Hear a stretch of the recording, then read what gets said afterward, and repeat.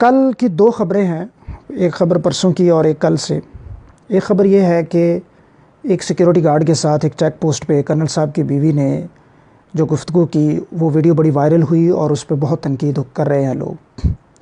اور ایک خبر اور تھی، اور وہ یہ کہ بلوچستان میں مچھ کا علاقہ ہے، وہاں پہ 7 فوجی جوان جو ہیں وہ دہشت گردی کے حملے میں شہید ہو گئے۔ 6 جوان ایک جگہ پہ اور ایک افسر ایک جگہ پہ شہید ہوا۔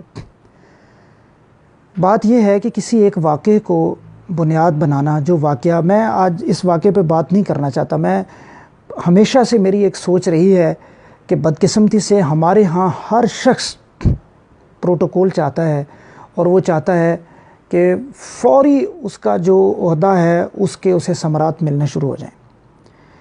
ایک خبر کو آپ نے ہائی لائٹ کیا اور دوسری خبر کو آپ نے ڈسکس بھی نہیں کیا سوشل میڈیا پہ کسی نے بھی۔ اگر آپ یہ سمجھتے ہیں کہ ایک واقعہ جو ایک سیکیورٹی چیک پوسٹ کے اوپر ہوا وہ اس پورے ادارے کی جو چیزیں ہیں اس کو ظاہر کرتا ہے، تو دوسرا واقعہ جہاں پہ 7 جوانوں نے شہادت کے مرتبے پہ جو فائز ہوئے، کیا وہ واقعہ اس ادارے کو ظاہر نہیں کرتا؟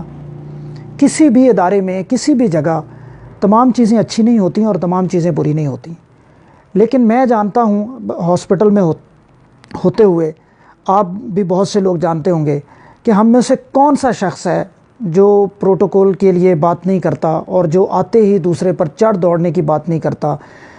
ہسپتالوں کے اندر اسسٹنٹ کمشنر تک اگر علاج کے لیے آئیں تو وہ ڈائریکٹ پروفیسر کے کمرے میں آ کے بیٹھتے ہیں، M S D M S ان کو پروٹوکول دیتے ہیں۔